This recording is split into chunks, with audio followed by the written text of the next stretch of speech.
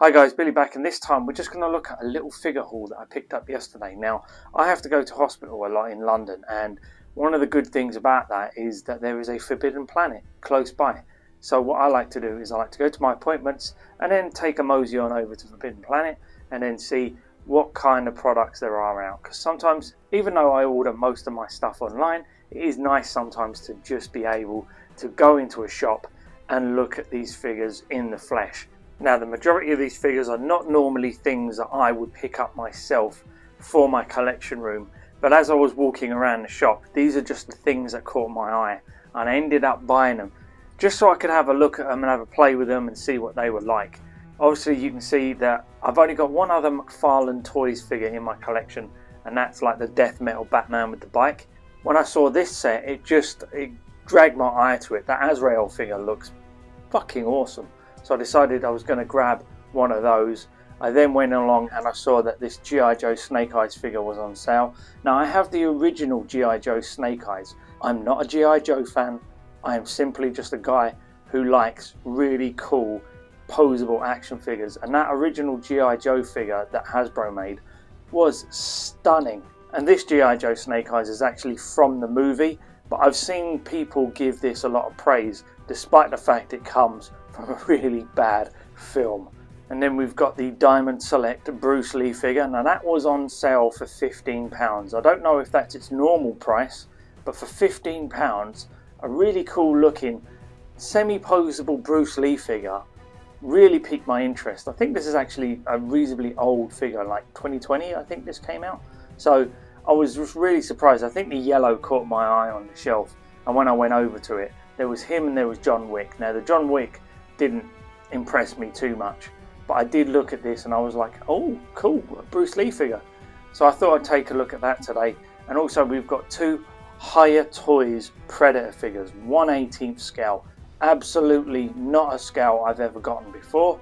Never gotten a single 1/18 figure before, but when I saw these invisible versions of the characters, this is a Scar Predator and this is the Wolf Predator, and they're really quite small, but also at the same time, I'm a sucker for a translucent figure. I always have been.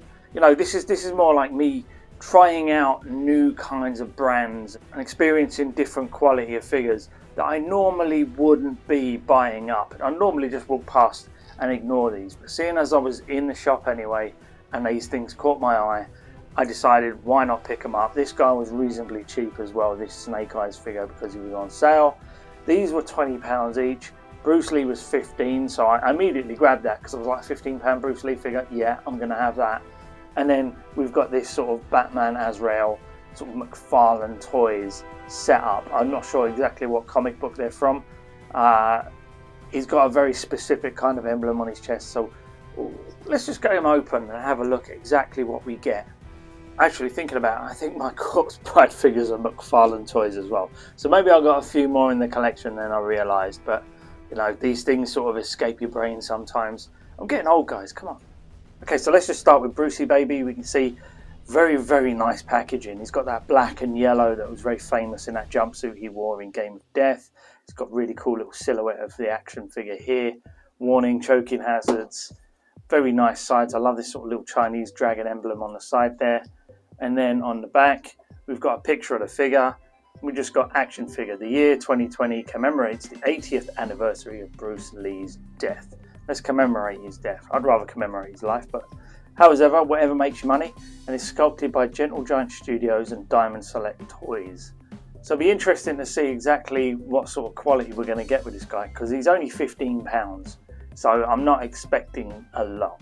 He's got some accessories. It looks like he's got two nunchucks. One looks like it's got a swooshing effect on, which looks pretty cool. He's got a bow staff. He's got some extra posable hands and a little stand there for him to stand on. Okay, face-wise, it's not very obvious it's Bruce Lee. It seems like it's a little bit soft in the details. It looks a little bit like generic action kung fu star, rather than, you know, the man, the myth, the legend that is Bruce Lee. And you can see that is a very, very shiny body. Like, they must have glossed this. They must have deliberately glossed this to make him look really shiny, to make him look like he's really having a workout. So I'm not sure if I like that or not. I'm tempted to actually just go ahead and, you know, coat this with some matte spray, because at the moment it's not really impressing me with the paint app, only because it's just so shiny and he just looks like a porcelain doll rather than an action figure. But then the trousers have got some nice shading in and some sculpting, and then he's got really weird looking ankles there, like ball ankles. I think it looks, yeah, it's not amazing. The ankles do, like, look how skinny his ankle is, then it gets a big fat bulbous bit at the bottom. But I do like the sculpting in the body. It looks really great. It's got lots of muscle definition in there, and I've even done some painting to actually deepen in the abs and make him look slightly more realistic. But I'd be tempted to get some acrylic matte spray and just absolutely coat this figure to bring down some of that shininess. And interestingly enough, the shininess, a lot of the shininess as well, is coming from lots of lubrication that they've put into the joints to try and, you know, make sure that these don't rub and have paint rub and things like that. But you can see as I turn here along the neck, a lot of that is actually lubrication. Come here, rub that off. See, it's not as bad now, but it's really, there's loads of it, and I had to warm this guy up as well because the joints, you can hear this. Those joints are really tight, but also at the same time they feel like they're rubbing a little bit too much. Like there's a slight cracking to it, like, and you're like, oh, I don't know if I'll be able to do that. But the articulation isn't too bad in the arms. He can do a T pose. He does have bicep swivel. He's got a double bend in the arms, which is very nice. And he's on wrist pegs. And this is the problem I have, is this ab crunch is okay. It moves forward a little bit. It moves back a little bit, but then you've also got this really ugly sort of unsculpted piece underneath. So yeah, I think go a bit higher with your sculpting and that wouldn't have been a problem. But yeah, trying to turn him left or right is almost non-existent. So you can get him turned a little bit, but that's about it. No waist swivel, but he does have drop down hips like this. He does have thigh swivel. He does have one bend in the knee. It's actually quite a nice sort of design there because it bends far enough that you'd want it to, but also at the same time doesn't look too ugly. And then he has ankle pivot that goes forward and back a hell of a lot. Does it rock? Yeah, it does rock really well as well. Oh, nearly forgot the head there. It goes up a tiny little bit and it goes down a little bit, but then it does full 360. So the articulation isn't like, wow, you know, blowing you away. But then I wouldn't expect it to for a £15 figure. This feels pretty big. It doesn't even feel like 1/10, maybe 1/9 scale. I don't think I have anything that would compare to him. Let me get a true 1/10 scale figure here. Oh, maybe 1/10 scale then. Yeah. All right. Well, that kind of works. And these are his swoosh effects. You can see this nunchucker is bent with a little bit of a clear translucent swoosh coming out of that. And then there's an unbent nunchucker, and then he has a bow staff, but the bow staff is a little bit, as you can see, it sort of, as I turn it, it's not dead straight, it's not a solid straight bow staff. It does have some flex and some bowing in it, and he comes with this really cool little stand for him to stand on, although I can see that getting scratched up pretty easily. Maybe coat that in a matte spray as well. And then he comes with a whole bunch of hands. He comes with fisted hands, gripping hands, and a couple of slightly sort of kung fu expressive Bruce Lee hands. Very specific to the character, which is nice. I'm glad they did that. Okay, so playing around with him for a little bit and posing him about, you can get some fairly nice poses out of him if you really wanted to. He's got like the nunchucks, but they're a bit stiff in the middle. You can warm them up with a hairdryer and flex them about, and they get really soft and stuff, but still, those hands are a little bit loose and they don't grip very well. And what ends up happening is, because of the weight of this bit here, the sort of swoosh effect, it swivels around. So when you want to get it in mid-air where he's sort of swinging them, it just sort of flops back to the bottom, you know, like gravity always drags this thing down. Hands are just too loose. I've warmed them up and I've tried to squeeze them back together so that they are a little tighter, but they're still a bit loose. And you can see this is still swiveling around in his hand, and it can go up and down pretty easily. So yeah, unfortunately, it's a bit of a pain in the butt to get into pose with the nunchucks. The bow staff is a similar situation, simply because it's actually the same thickness as the nunchucks. In fact, it might be a slight bit thinner, But it's not a bad figure. It looks pretty nice. And I think for £15, you could do a lot worse, certainly. And you can actually get into some nice kung fu poses, which is partly the point of these figures. You know, you want a kung fu master on your shelf. You want a nice looking Bruce Lee. Apart from the fact that some people would look and go, it looks like Bruce Lee. But yeah, it's a fairly nice figure, and I've actually enjoyed posing around a little bit and getting into some kung fu poses. So yeah, I think this will stay in the collection for a little while. I'm still going to play around with it and have some fun, I think. Okay, so next up, let's have a look at the Hiya Toys Predator figures. Now, I'm sure there's lots more out there. I think there is quite a few of these released already. And these are normally something you'd get from abroad, that kind of imports. But still, they're very, very small figures. They're 1/18 scale. And because I like a translucent figure, I decided to pick these guys up to see what they were like. They look a little bit like executive toys, you know, something you would put on your desk at work. It's sort of kind of discreet as well. They kind of blend in with the colours around the desk. And because of their scale, they won't stand out very much and, you know, be obnoxious or whatever. But I do like myself a translucent figure. And the Wolf and the Scar Predators, I actually love the designs of. I thought they were really great looking predators. It's just a shame that the films didn't do them the justice they deserved. Other than that, these look pretty interesting. Let's open them up and have a look at exactly what you get. Interestingly, you get some really interesting stuff with the Wolf Predator. You get his sort of like his glaive there, sort of like that bladed thing that sticks out. You also get like the whip that he uses in the film. He also comes with 2 extra hands.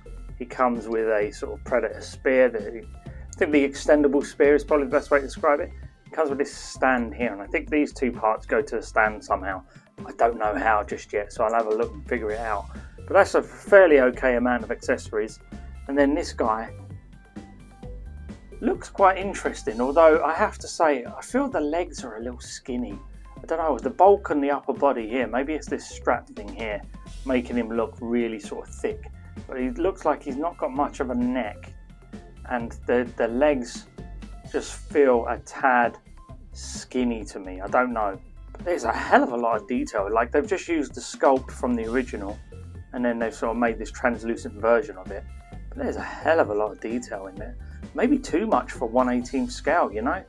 It's sort of like there's a lot going on there, and it's so small. As someone who's just coming into these, and this is my first experience with them, it's quite a nice package. I'm not sure if it's 20 quid's worth of package, you know, but it does come with a fair enough of accessories and a stand to maybe warrant that extra money, I think. Translucency is very, very nice, but to be honest, I mean, with that slightly yellow hint to it, it does look a little bit like someone spooged into the mould, doesn't it? Oh, and I think I figured out what those connectors are. They go on here, and then you sort of connect many bases together and have all your figures lined up in a row. Nice touch, actually, very nice. Got some nice sort of dry brush metal through there, through the grates. Surprisingly nicely painted for a 1/18 scale sort of figure, really. Okay, and here's his whip sort of hanging off the hook on the side of his belt. I think there's probably a better way. Here we go. Probably sits in better like that. Oh wow, and I'm really surprised by some of the articulation on this guy. It's really good. I mean, these little dreadlocks are really, really soft, so his head can turn quite a lot. You can look up a little bit, you can look down a little bit. But what blows my mind is these tiny little cannons here. They're actually on hinges, so they can go forward and back. This can go forward and back, and it can turn left and right as well. So you can articulate the cannons, but you've got to be very careful. This feels so small and so brittle because they are so tiny that some of this stuff can break. So you probably, even though you don't want to, you probably have to concentrate on posing it like a really high-end expensive action figure like Hot Toys, so that you're not knocking things and, you know, forcing hinges into a place that they don't want to be and stuff. Especially with the translucency, it can be hard to see exactly what's going on with this guy, but there is some really nice articulation in him. And the blades on his gauntlet are surprisingly sharp and long and reasonably straight. I mean, they're not super straight, but they're not as bad as I thought they would be. He's even got the little skulls like necklace here. These ain't too bad. Overall, for 1/18 scale figure, I'm really impressed by this. I actually think that they're really well made. The joints are nice and tight. The joints are quite strong. It looks like they've been reinforced with some type of really light sort of metal to give them a bit more strength. There's really sort of nice translucent effects going throughout the whole body. I'm just taking the Scar Predator out to have a look at him, and yeah, I'd have to say he's definitely a lot less posable simply because he's got single jointed arms here. The armour pieces are very sort of rubbery, so you can get the arms up quite high as long as you move them out of the way. But yeah, this is not a bad figure either. He's got a lot more bulk to him and a lot more heft, and I really like that they've given this shoulder cannon like 3 points of articulation down here, here and up in the cannon as well, left and right and up and down, and you can really get this cannon posed around. But again, 1/18 scale, yeah, be very, very gentle with it. And I think, yeah, these are very, very nice sort of executive kind of little desk toys, you know. They're sort of discreet enough that they can sit on your desk without anyone looking at them too much, but also at the same time, if you've got a bit of downtime and you're bored, you can pick one of these up and repose it and stuff. Okay, so I've said before, I'm not a G.I. Joe fan. I don't really collect the figures. The only figure I like is Snake Eyes, and that's because he's just a really cool looking ninja. So really great to have cool looking ninjas in the collection. I think we can all agree. So yeah, I got the original Hasbro version of the normal G.I. Joe series, and it was really, really nice. It's such a great poser.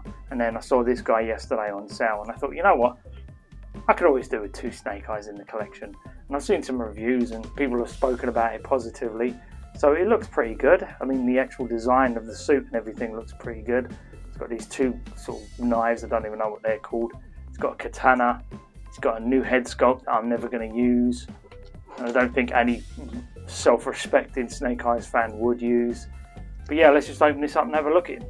Okay, just coming in and having a look at this guy, the proportions are really, really good. I mean, Hasbro tend to have like a really sort of ugly, sort of like bulbous neck thing like that, and there is a bit of a thigh gap, but honestly, it's not as bad as it was in older figures.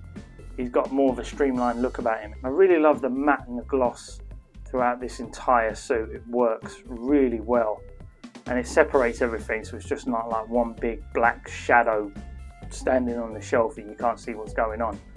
They've actually differentiated with textures, and they've differentiated with matte and gloss kind of paint jobs.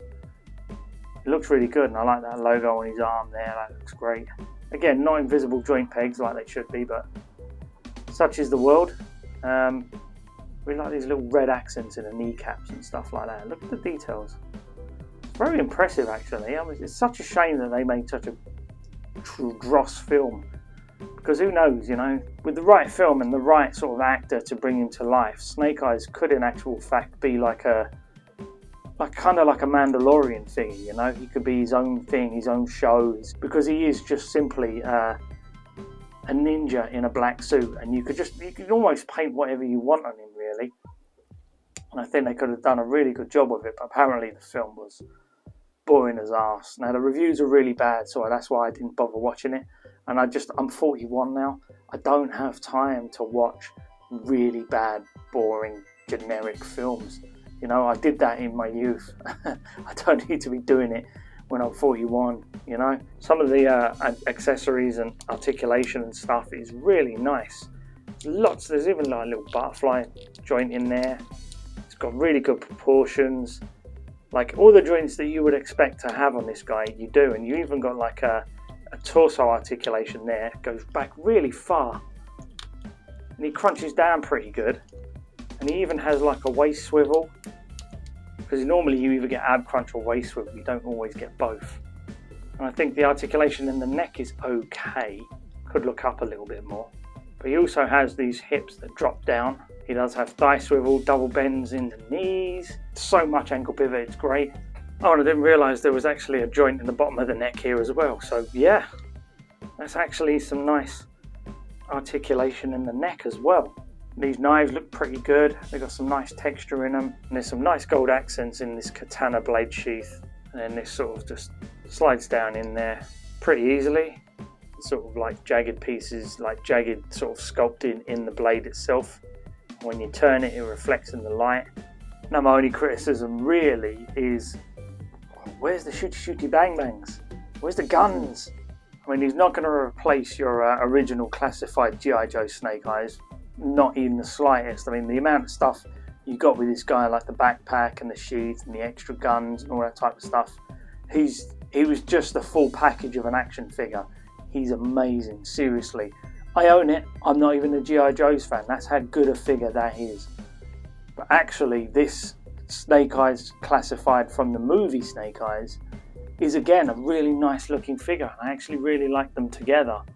It's a shame we couldn't. I'd love to see if people painted this silver to see what it would look like. But honestly, yeah, again, it's a great little poser and you can have a lot of fun with it. So as long as you don't mind the lack of a firearm with him, then I think he's a really nice figure to pick up, especially during the sales. Okay, and the thing that triggered my buying spree in the first place was when I saw this Batman vs. Asriel in Batman armor, McFarlane DC Multiverse set. This looked really impressive on the shelf. When I walked in, I was looking at Asriel going, my God, that thing looks absolutely beastly.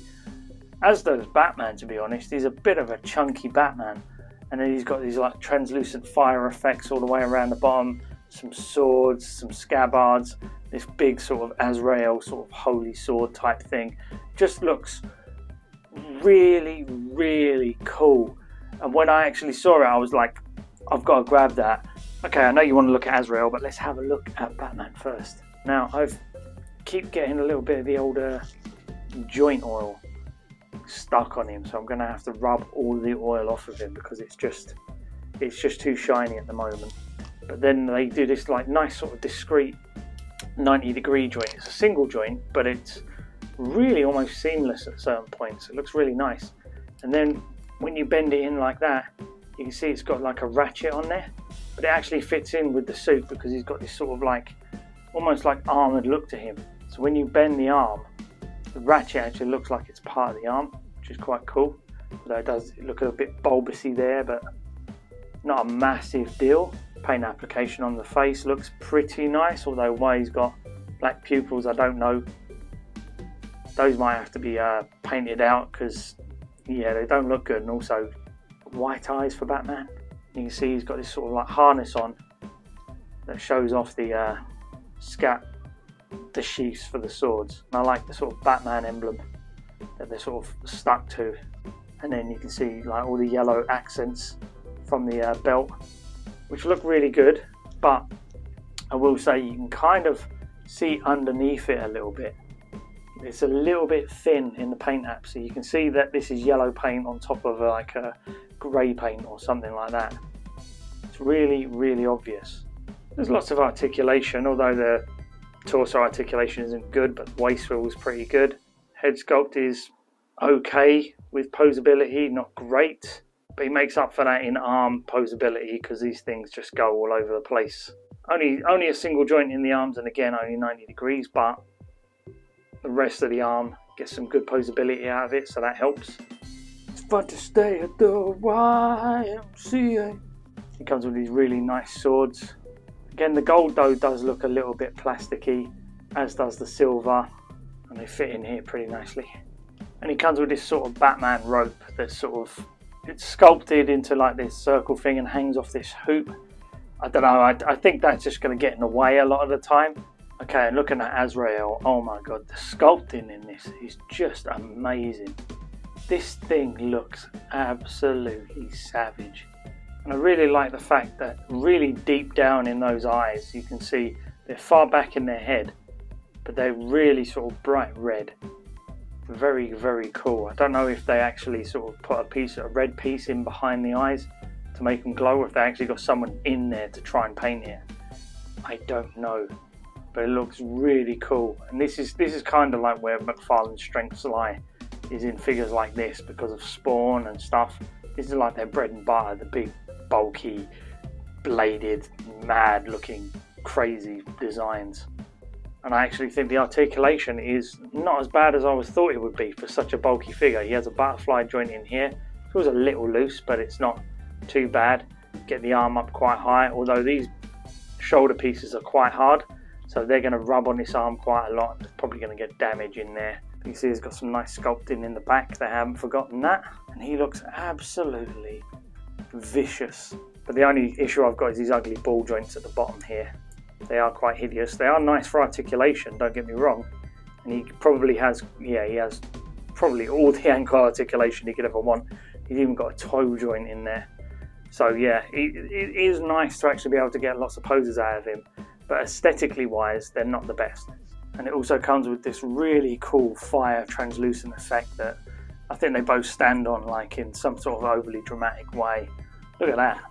That looks fantastic. You know what would really work with this? Having like a Ghost Rider bike on there, you know? Yeah, I think if you could fit a Ghost Rider bike on here somehow, or, you know, mod it so you could actually slot a bike in between the like the flames and stuff like that. Wow, that would look fantastic.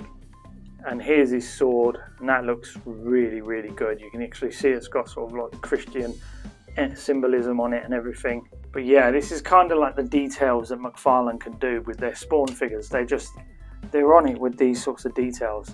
Well, after half an hour of trying to get these figures on the base, my enjoyment of this figure has dropped significantly, like seriously, really badly.